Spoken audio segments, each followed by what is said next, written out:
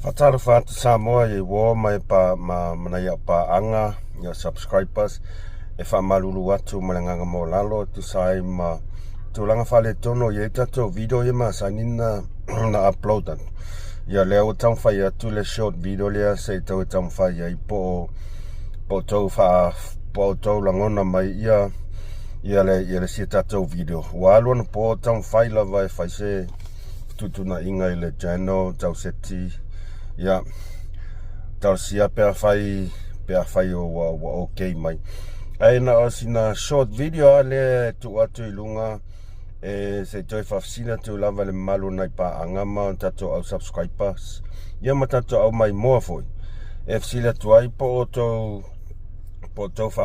langona mai ele video de nei ava pe to langona mai ya thumbs up pe